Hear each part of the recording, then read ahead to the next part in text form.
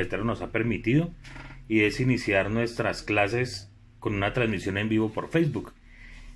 Hemos venido ya prácticamente durante un año tratando de servir al Eterno, y ha llegado el momento en el que podemos expandir un poco más el mensaje, y le damos la bienvenida a todos los que están conectados en este momento en Facebook, a todos los que nos ven por YouTube, por nuestros canales, los que nos siguen por las páginas de Instagram, y es una alegría para nosotros poderles acompañar en este Shabbat. Entonces les doy un Shabbat Shalom a todos, que sean bienvenidos a esta clase. La parashá que vamos a desarrollar el día de hoy se llama Parashá Bo, y la encontramos en Shemot, Éxodo, capítulo 10, versículo 1, hasta el capítulo 13, versículo 16. Y como tenemos una costumbre cada Shabbat, vamos a hacer un resumen de la parashá.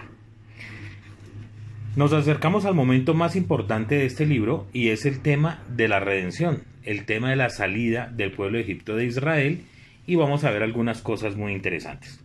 Primero, a manera de resumen, podemos decir que el Eterno envió a Moshe, de ahí es el nombre de la parashá, Bo, que significa ve de ir, ¿sí? Pero de ir no solamente a un sitio, sino con un propósito. Y ese es el propósito que el Eterno nos da a todos. Hay algún momento en el cual Hashem quiere que nosotros vayamos a hacer algo. Así que el Eterno le dice a Moshe que se presente delante del faraón y que le anuncie el siguiente azote que va a llegar a la tierra de Egipto. Este azote es la plaga de la langosta, que acabará con todo lo que haya verde, todo lo que dejó la plaga del granizo. Parece ser que la plaga del granizo sucedió, y dicen los comentaristas que el granizo acabó con todo lo fuerte que había en Egipto, es decir, árboles, plantas que eran demasiado fuertes, fue la que acabó el granizo, pero quedaron, y de ahí pasó un tiempo prudente, donde empezaron a reverdecer otra vez la tierra, y esta plaga de la langosta, su objetivo era acabar con todo lo que estuviera germinando, con todo lo que había dejado el granizo. Los siervos del faraón instan al faraón a que deje ir al pueblo de Egipto.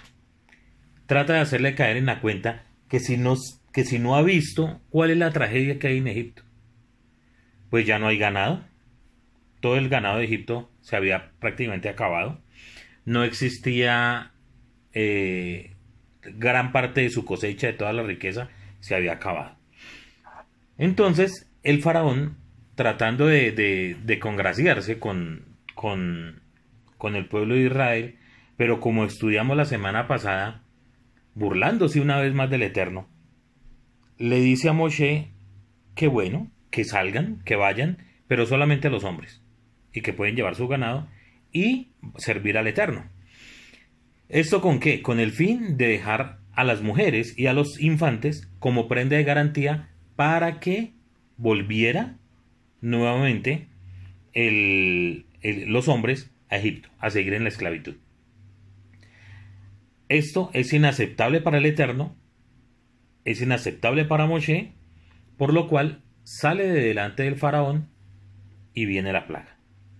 Esta plaga, dice los comentaristas, que no se veía nada en el cielo, se oscureció Egipto, de la cantidad de langostas que llegaron y acabaron absolutamente con lo que hay. Una vez más, el faraón pide a Moshe, utiliza a Moshe como intermediario para que ruegue al Eterno y que las langostas sean quitadas. De esta manera el Eterno envía un viento que se lleva todas las langostas hacia el Yan Suf, hacia el mar de los juncos. Pero otra vez el faraón vuelve a endurecer su corazón y viene la novena plaga o el noveno azote para Egipto, y es la plaga de la oscuridad. Pero esa oscuridad es algo que no podemos describir. No podríamos decir en este momento cómo era porque no se sabe. Algunos comentaristas dicen que si estamos en un lugar muy oscuro, esa oscuridad que estuvo en Egipto sería 3 veces más oscuro que lo que podíamos tener en completa oscuridad en este momento. Fue tanta la oscuridad que finalmente dice que los egipcios podían tocarla. Esta situación llevó a que los egipcios estuvieran durante 3 días inmóviles. Todo lo que tenían que hacer quedó pospuesto. Parece ser que aún sus necesidades fisiológicas tuvieron que hacerlas en el sitio donde estaban, porque no se pudieron mover durante 3 días. Luego, el Eterno permite que nuevamente haya luz en Egipto, que vuelva la luz, que ellos puedan volver a su vida, pero el Eterno le revela a Moshe cuál va a ser el 10º azote o la 10ª plaga, y es la muerte de los primogénitos. El Eterno hace una separación entre el pueblo de Israel y el pueblo de Egipto, y allí durante este tiempo inicia el primer mes del calendario. El Eterno le dice a Moshe que ese mes donde están, que es Abib, que es primavera, será el principio de los meses. ¿Y por qué es importante tenerlo eso en cuenta? Porque ese mes es el que el Eterno pone como cabeza por la importancia del mismo, pues en ese mes iniciaba la época de la redención. Es por eso que el Eterno hace esa diferencia y pone ese mes como cabeza de los meses. Luego el Eterno le dice al pueblo de Israel cómo debe preparar la Pascua. ¿Por qué? Porque es allí, en la Pascua, donde va a suceder primero la salida del pueblo de Israel de Egipto, pero también la muerte de los primogénitos de Egipto. Si el pueblo hace conforme el Eterno le ha dicho que debe realizar esta Pascua, ese pasar por encima, sus hijos y el pueblo de Israel sería redimido, pero sería salvado también de la muerte, porque el ángel destructor pasaría por todo Egipto matando a los primogénitos de cada egipcio. Y por último nos dice la escritura que cuando salieron de Egipto, el Eterno les da el mandamiento de redimir al primogénito de los hijos de Israel, tanto del hombre hasta el de la bestia. Esto para que cuando se pregunte por qué se redime al primogénito, el Eterno dice para que todos recuerden que el Eterno sacó a su pueblo con mano fuerte y con poder de la esclavitud de Egipto. Hasta ahí sería el resumen de lo que tenemos esta semana en la paracha. Con este contexto que ya le hemos dado a la paracha del día de hoy, a esta porción, vamos a ver qué relación, y vamos a empezar a desarrollar unos temas. Y el primero es cómo podemos relacionar la redención y la justicia. Para esto vamos a tomar un texto del Rabí Dan Ben Abraham, en su tratado sobre la Pascua. Ese tratadito se llama La Pascua, el misterio de la Pascua judía. Y me llama la atención porque vamos a encontrar algo muy hermoso y muy relevante, lo que él dice en cuanto a la justicia de la redención. Cito, dice el Rabí Dan: los juicios que vinieron sobre Egipto fueron justos. Eso es lo primero que tenemos que saber, ¿sí? Que hubo justicia en los decretos, en los juicios que el Eterno envió a Egipto. Y hay varias razones que así lo demuestran. Y vamos a ver algunas. Primero, el Eterno no envió ninguna plaga sin aviso.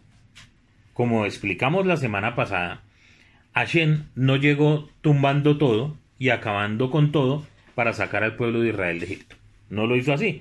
¿Qué hizo el Eterno? Utilizó a Moshe, utilizó a Aarón para que fueran a Egipto, para que se presentaran delante del faraón y pidiera la liberación del pueblo de Israel. El Eterno no castigó a Egipto y a su gobierno sin antes darle una oportunidad para que se arrepintieran de sus pecados y se volvieran al Dios de Israel. Entonces aquí ya encontramos dos cosas.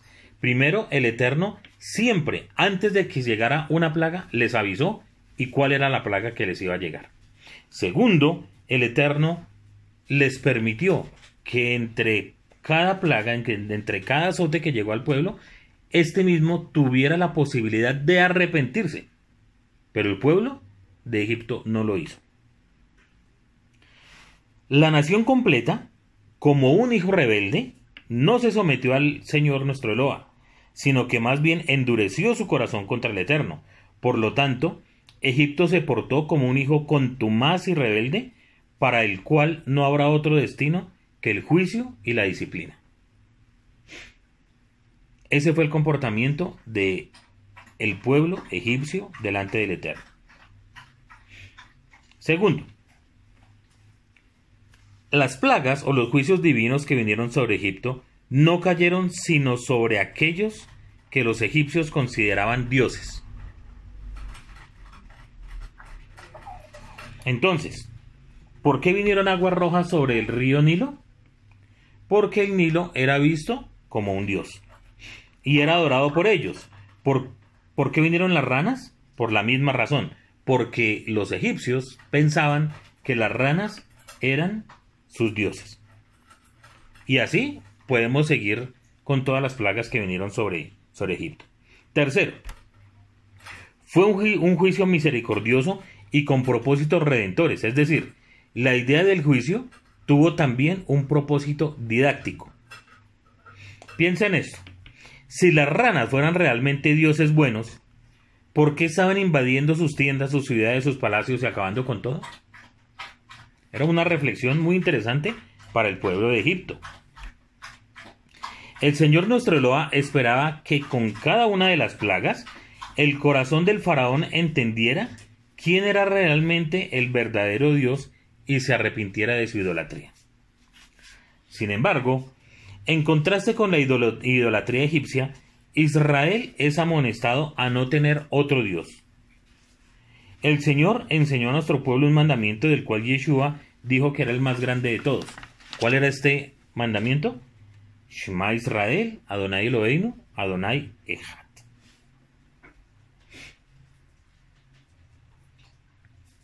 Constantemente el Señor ha advertido a nuestro pueblo a rechazar la idolatría y el politeísmo. Yeshua le dijo al Satán, cuando estuvo en su tiempo de prueba, al Señor tú lo adorarás y a Él solo servirás. Esta visión de Eloa como ser único, indivisible, eterno, inmortal, invisible, pero al mismo tiempo amante, bondadoso, bueno, misericordioso, como un Padre, el Padre Celestial, es lo que hizo de nuestra nación una nación única y una nación diferente a lo que estaba en ese momento, a lo que era Egipto.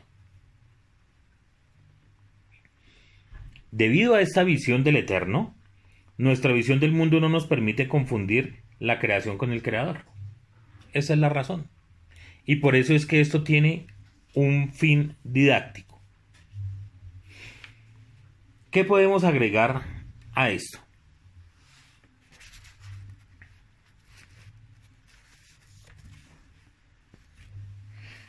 Con esto podemos entender que de acuerdo a la perspectiva que yo tenga del Eterno, así es mi relación con el prójimo. Y esto es muy importante saberlo. ¿Por qué? Porque es de acuerdo a la perspectiva que en este momento yo tengo delante del Eterno, es como yo me comporto con mi familia, me comporto con mi empleado o con mi jefe o en donde yo me encuentre. Si mi concepto del eterno es que Él es solo justicia, ¿cómo será mi comportamiento con los demás? Solamente de una manera dura, ¿cierto? Donde solamente voy a ver la parte de juzgar. Pero si yo veo al eterno desde la perspectiva de solo misericordia, entonces me voy al otro extremo. El eterno no quiere eso. El eterno, ¿qué quiere? Que nosotros escudriñemos. Para eso nos dio la Torá. Y podamos encontrar en él todos sus atributos. Porque el eterno es un balance. El eterno no es solo amor.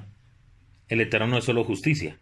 El eterno es un balance en el cual permite que haya que el mundo pueda permanecer y que toda la creación pueda permanecer. ¿Cuál era el pensamiento de los egipcios? Los egipcios tenían tantos dioses como días tiene el año. Y la mayoría de dioses eran animales. Y eran cosas creadas. Por ejemplo, el sol, el río Nilo, las ranas, las vacas, etcétera, etcétera, etcétera. Todos los dioses que tenían. ¿Cómo era la perspectiva de ellos hacia la eternidad, hacia Dios? Pues totalmente diferente a la que tenía el pueblo de Israel. Y de esta manera trataron al prójimo. De la manera como ellos pensaban que los dioses lo iban a tratar, de esa manera ellos trataban al prójimo. Es por eso que hacen de la esclavitud algo normal. Tratan a los hombres como si fueran animales. No les importa, no tienen un concepto de un Dios bueno. Tienen un concepto de un Dios al cual hay que estarle dando sacrificios para tenerlo contento. Todo el concepto de justicia o todo el concepto de amor o todo el concepto de balance que nuestro pueblo tiene delante del Eterno, ellos lo tenían al contrario. Tanto es así que dicen los comentaristas antiguos que cuando un faraón moría o un gobernante de Egipto moría, alguien con importancia, lo que hacían era que enterraban a esa persona con todas sus riquezas en las famosas pirámides o las tumbas que fabricaban para ellos. Pero ¿qué hacían además? Que encerraban a sus esposas en la misma tumba vivas. Porque su pensamiento era que como ese don, esa persona importante, iba a disfrutar de todo en la eternidad, entonces también enterraban con ellos a sus esposas y éstas morían de sed, de hambre, de deshidratación junto con él, es decir, las enterraban vivas. ¿En qué cabeza cabe ese concepto? Cabe en la cabeza de una persona que tiene un concepto errado de la eternidad, que tiene un concepto errado del eterno. Tercer punto que vamos a tratar acá, y es el significado de la redención, porque esto es lo más importante que tenemos de esta enseñanza del día de hoy. Y para esto vamos a tratar de entender un poco el significado de Mitzraim. ¿Sí? ¿Qué es Mitzraim? Es el nombre hebreo para Egipto. Egipto es la traducción que tenemos al castellano. Mitzraim es el nombre que encontramos en la Torá. Si entendemos qué significa Mitzraim, vamos a entender lo que expresa su naturaleza espiritual. ¿Qué es lo que encierra ese nombre? El nombre Mitzraim proviene de la raíz Mitzra, que significa comprimir, significa encerrar o limitar. Son algunas de los significados. Pero también significa las dos corrientes. ¿Por qué? Porque al parecer Egipto estaba como encerrado entre un gran afluente, que era el río Nilo, y el Yan Suf. Se estaba metido entre dos corrientes de agua. ¿Qué significa esto? En sentido figurado, significa que tiene el potencial de arrastrar y de ahogar a alguien. Así, Egipto no solamente nos habla de un sitio geográfico, sino de una condición espiritual por la cual existe un potencial peligro de ser atrapado y ser arrastrado por fuertes corrientes mundanas. Recordemos que siempre se ha comparado a Egipto con el mundo, a Egipto con el pecado, a Egipto con las costumbres mundanas o las costumbres paganas. Y si nos detenemos un momento, veremos que el Estado de Israel era ese, de estar arrastrado y de estar esclavizado. A Israel se le quitaron sus libertades, se le quitó su forma de vivir, se le quitó su cultura, su religión, su derecho a existir, como lo leímos en la parashá hace 15 días, en donde el faraón ordenó que todo niño varón tenía que morir. Todos los derechos, todo lo que el ser humano debe tener, porque el Eterno así lo dio, en Egipto todo eso le fue quitado. Pero aquí volvemos a ese tema o a ese concepto. ¿Por qué el pueblo de Israel llegó a ese estado? Primero, podemos entender que el Eterno ya le había dicho a Abraham que esas cosas sucederían. Que esa esclavitud iba a suceder, pero el Eterno prometió que con mano fuerte los iba a liberar.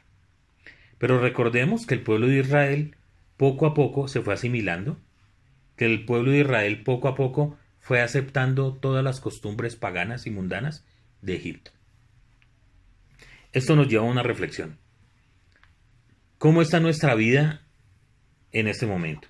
De cada uno de ustedes que nos está mirando por el Facebook Live, por las personas que nos van a mirar el video más tarde por YouTube, por los que me están escuchando. ¿Cómo está nuestra vida? Algo aprendí cuando era muy joven y es que no importa dónde estemos, sino cómo estemos. El Rebbe, en el Evangelio de Yohanan, dice: yo te pido, Señor, Padre Celestial, que los guardes del mundo, porque están en este mundo, pero no son de este mundo. Son unas palabras muy hermosas que da nuestro Rebbe para su pueblo, para el pueblo de Israel. El pueblo de Israel, para la época de Yosef, entra a Egipto con un nivel espiritual muy grande.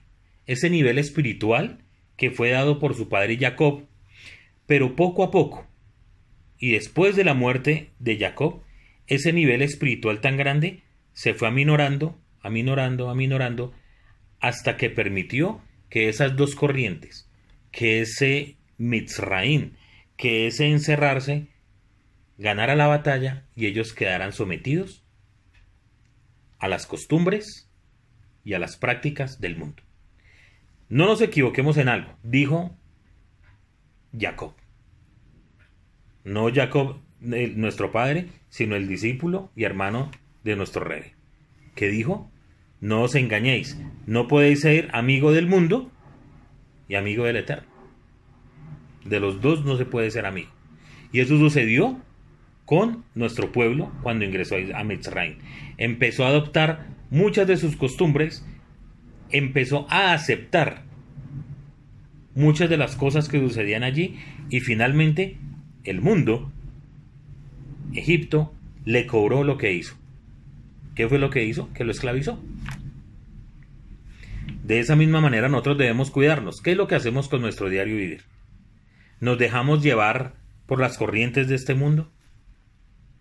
¿Creemos que para ganar un negocio tenemos que sobornar como el mundo lo hace?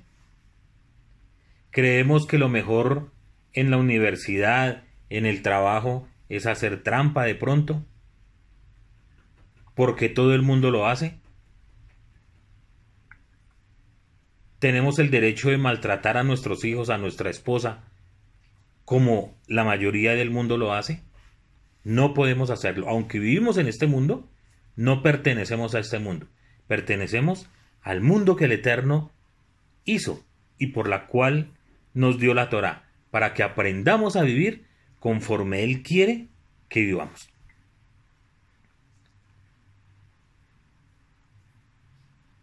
Pero después, cuando viene el tiempo de la esclavitud, viene una oportunidad.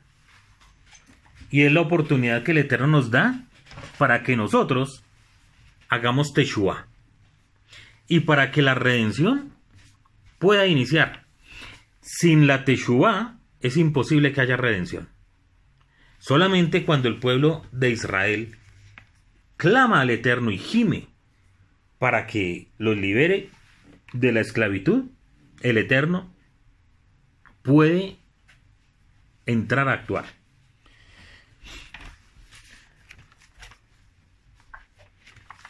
¿Qué dice el Rabbi Dan al respecto de la redención? ¿Qué significa la redención?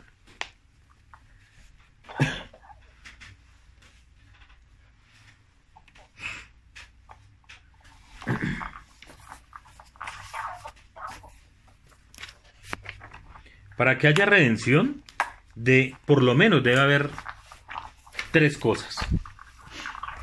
Pero vamos a mirar qué es la redención. Permítanme un segundo, acá lo miro. La redención implica que haya alguien que salve a otra persona que no lo puede hacer por sí mismo, ¿sí? Vamos a poner varios ejemplos. Primero, Adán, cuando pecó, él pudo evitar ese pecado. O sea, que él podía inicialmente haber evitado entrar en una forma de esclavitud. Pero después que él pecó, ya no se pudo salvar a sí mismo. Y por eso él inicia haciendo su traje de ramas de higuera, tratando de justificarse a sí mismo. Pero eso no lo logró. Solamente cuando el Eterno le viste de ropa de pieles, encuentra una redención. Encuentra una justificación, porque es el mismo Eterno el que lo hace. Entonces, para que haya una redención, tiene que haber un redentor. Pero para que eso suceda, debe existir por lo menos que esa persona esté en un peligro inminente, ya sea físico, ya sea emocional, ya sea familiar, sea económico, nacional o eterno. Segundo, redención implica que esa persona o nación en peligro inminente no puede hacer nada por sí mismo. Anoche estuvimos viendo una película muy hermosa que la mayoría la hemos visto y que es El violinista en el tejado. Y veíamos cómo este grupo de judíos no podían hacer nada por sus propias vidas. Finalmente fueron expulsados y sacados del territorio, no solamente este grupito de judíos de esta película, sino de todos los judíos que existían por el área. So pena de que si no salían, con su propia vida pagarían el no salir de esta tierra. Ese es un vivo ejemplo de que ese pueblo necesitaba un redentor. Lo que sucedió en Egipto es exactamente eso. El pueblo no se podía liberar por sí mismo. ¿Por qué? Porque a pesar de que era muy numeroso, no tenía las armas. Las armas y el poder lo tenía Egipto. Vamos a leer un texto acá. En el sentido simple, redención significa sacar a una persona de una situación de peligro inminente, rescatar a una persona de peligro de muerte segura, desligar a una persona de una situación sumamente dañina para su vida. Piensen esto. Donde quiera que una situación de redención es necesaria, tres hechos están presentes. Primero, la persona cosa ha sido capturada y se encuentra en una situación de peligro. Por ejemplo, un secuestrado. Cuando secuestran a una persona, esta persona queda totalmente aislada, vigilada y ya no se puede defender por sí mismo. Es muy difícil, casi imposible, que se pueda liberar a sí mismo, que se pueda escapar. Tiene que haber una circunstancia muy especial. De resto, tendrán que pagar un rescate o que lleguen las autoridades y la puedan liberar. Lo que o quienes han sido capturados no tienen ni la capacidad ni recursos propios para autorrescatarse. Es decir, esta es una situación de absoluta vulnerabilidad. Su liberación tiene que venir de afuera, porque él no tiene recursos propios para hacerlo. Y debe tener un tercero con capacidad y autoridad que tiene que actuar como Goel o como Redentor. Estas tres cosas tienen que estar siempre presentes a la hora de estudiar la Torá. Cuando vamos a estudiar en la Torá el tema de la redención. Si la persona puede rescatarse a sí misma, entonces no hay redención, porque la misma idea de la redención implica incapacidad propia para ser redentor de uno mismo. Uno mismo no se puede redimir. Esto es importante porque no podemos confundir la redención con la salvación, y este es un punto muy importante. Por lo general, en el cristianismo se habla primero de la salvación y luego de la redención. Pero en la Torá está demostrado que primero es la redención y luego la salvación. Y ese es el orden que la Torá nos muestra. ¿Por qué? Porque la salvación será siempre el resultado de la redención. Siempre, primero se redime y luego se salva. Por supuesto, en el tema que nos ocupa estamos hablando de la salvación del alma humana, que es la más importante de todas las salvaciones que habla la Torá. Esta salvación del alma, es decir, su purificación, su elevación y su protección de la condenación eterna del pecado, para que tenga la posibilidad de participar de la resurrección de los justos y de la entrada a la Olanaba. Ciertamente hay muchas cosas de las cuales podemos salvarnos nosotros mismos. Ese es el punto. Simplemente evitando entrar en una situación de riesgo. ¿Sí? Si yo sé que por un puente peatonal X, viendo las noticias de ayer, atracan y ponen en riesgo su vida, ¿qué debo hacer para que no me pase eso? ¿Utilizarlo o no utilizarlo? No lo utilizo. Evito pasar por allí y así me puedo salvar a mí mismo. No pasando por allí, me puedo salvar a mí mismo. En este caso, la salvación viene dada en términos de evitar caer en una situación de peligro, pero la condición del hombre debido a la realidad del pecado es diferente. Aquí la salvación es simplemente evitar la condenación, sino ser salvos de la condenación, ya que es una realidad existencial de la cual no podemos escaparnos nosotros mismos. Por lo tanto, cuando hablamos de redención y de justificación y de salvación, no nos estamos refiriendo simplemente a evitar una situación de daño o evitar una situación de mayor daño, sino ser libres de un daño que ya fue hecho, como es el caso del pecado, en el tema de la naturaleza humana, producto de la desobediencia de Adán. Con lo cual, con ese pecado hizo descender a la humanidad a un nivel de imperfección que exige que haya redención.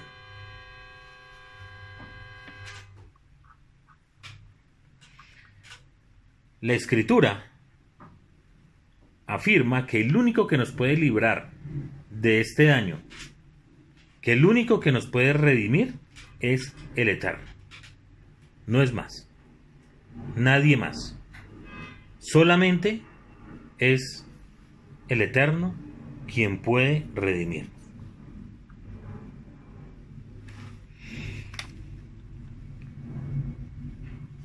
Nuestro pueblo en Egipto se dejó llevar de la idolatría, se dejó llevar de las costumbres que había allí. Asimismo, nosotros podemos caer en estas corrientes. Y solamente nuestra esperanza debe estar puesta en el único que nos puede redimir, que es el Eterno. Solamente Él es el que nos puede hacer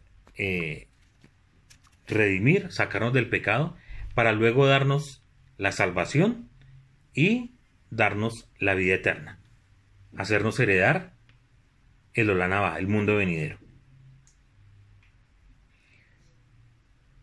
Ante esto nace otra pregunta, porque nosotros los que somos creyentes en Yeshua como el Mashiach, muchas veces nos tratan injustamente. Se nos juzga de creer que nosotros pensamos que Yeshua es el Redentor, lo cual no es cierto. Nosotros tenemos muy claro que el Redentor es el Eterno, que utilizó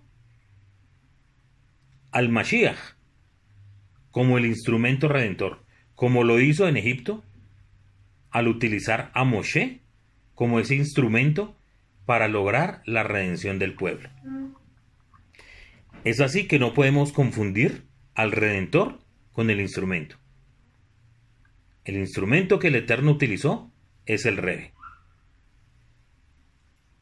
Y de esta manera lo debemos tener muy claro. Nuestro Rebe es el instrumento. En este momento podríamos decir que Yeshua es el Redentor. ¿Hasta cuándo? Hasta cuando el Eterno, como está escrito, ponga a todos sus enemigos bajo sus pies, y todo lo que le fue dado en autoridad al Rebe será devuelto al Padre. Pero el único, el hacedor, el que nos redime, es nuestro Padre Celestial. Para ir terminando con esta enseñanza, nos queda por decir algo. Cuando llegó la plaga de la oscuridad, donde todos los egipcios tuvieron que permanecer durante 3 días con sus noches en su quietud total, el Eterno allí está pagando con la misma moneda lo que el pueblo de Egipto hizo con nuestro pueblo. Como le explicamos, quitarle todas sus libertades, y donde no se podían ni mover si no fuera con el permiso del faraón. Así que recordemos que solamente debemos tener cuidado de lo que hacemos, porque no nos podemos olvidar que todo lo que hagamos tiene en un futuro un resultado. Si hicimos bien, nos irá bien. Si hacemos mal, de la misma manera vamos a recibir. Y para terminar, vamos a ver que todo lo que sucedió, toda esta etapa desde el inicio del libro de Shemot hasta donde vamos, es una prueba total de fe. El Eterno toma a un pueblo esclavo. ¿Cómo es un esclavo? Un esclavo es una persona que aún su libertad de pensar ha sido coartada. ¿Por qué? Porque no puede decidir por sí mismo. Él hace lo que el amo le dice que haga. No puede moverse sin el permiso de su amo. Y esta era la condición del pueblo de Israel cuando gime al Eterno. Una mente en la cual, si el faraón le decía muévase acá, acá se mueve, muévase acá, acá se mueve, y de ahí no podían salir. Comía lo que el faraón les daba. Dormían cuando el faraón les decía que dormía. Trabajaban cuando les decía que trabajaba. Todas las libertades estaban coartadas. El Eterno nos hizo libres, y para servirle para cumplir sus misbot, debemos ser libres. Y aquí es donde inicia una evolución en el pensamiento de estos esclavos, de estas personas que eran esclavizadas, de saber que aún en medio de las circunstancias más difíciles que estaban pasando, podían soñar en una libertad, podían soñar en que las promesas que el Eterno les dio a nuestros padres de una tierra que fluía leche y miel, podían ser posibles. ¿Cuántas veces en nuestra vida no nos ha sucedido que nos hemos quedado enfrascados en una mente de derrota? En donde tenemos problemas, donde tenemos pecados que tenemos que estar luchando con ellos. Y que decimos, no puedo salir de ahí, no puedo superarlo, el alcohol me tiene azotado, no me puedo salir de allí. Donde tantas cosas que nos afectan del mundo están sobre nosotros y muchas veces creemos que no lo podemos lograr. Pero el Eterno fue mostrando cosa por cosa y paso a paso al pueblo para que tuvieran fe en él, para que su mente se desarrollara.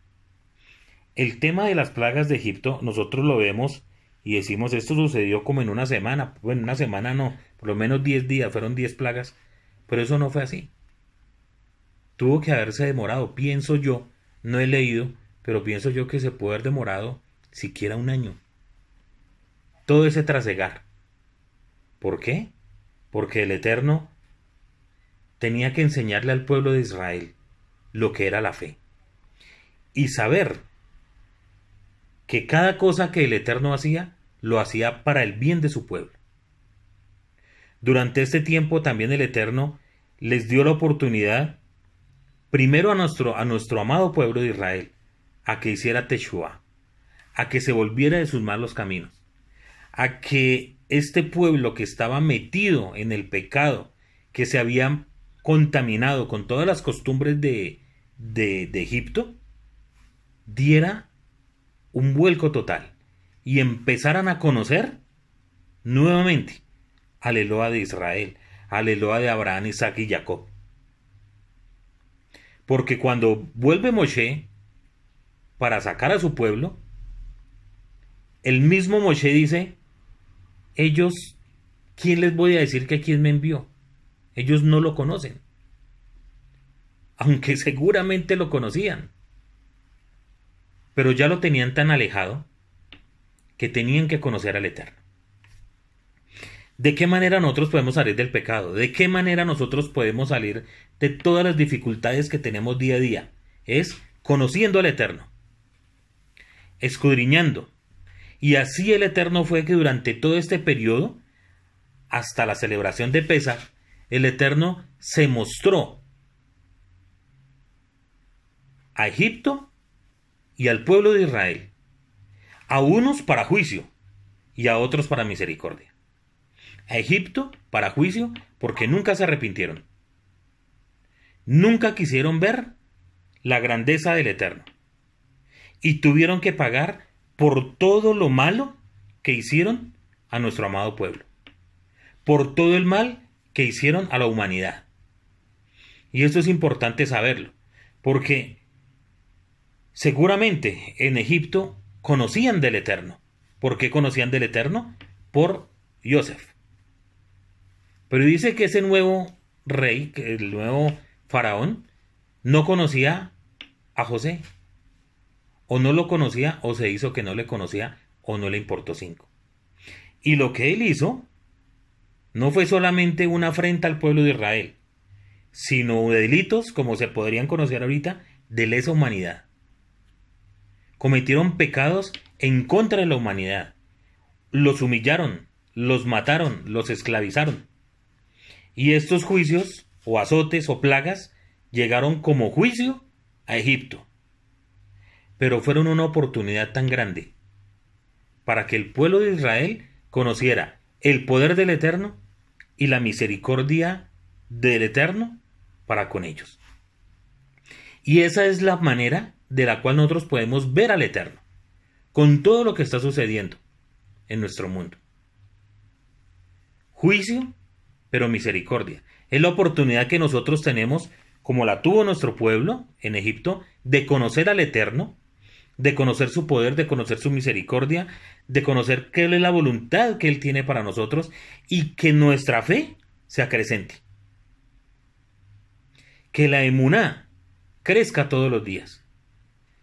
Es la oportunidad que el Eterno nos da de saber que Él es uno y único, que nos podemos acercar libremente a Él y que es con su ayuda que Él nos va a redimir del pecado, que nos va a sacar de angustia.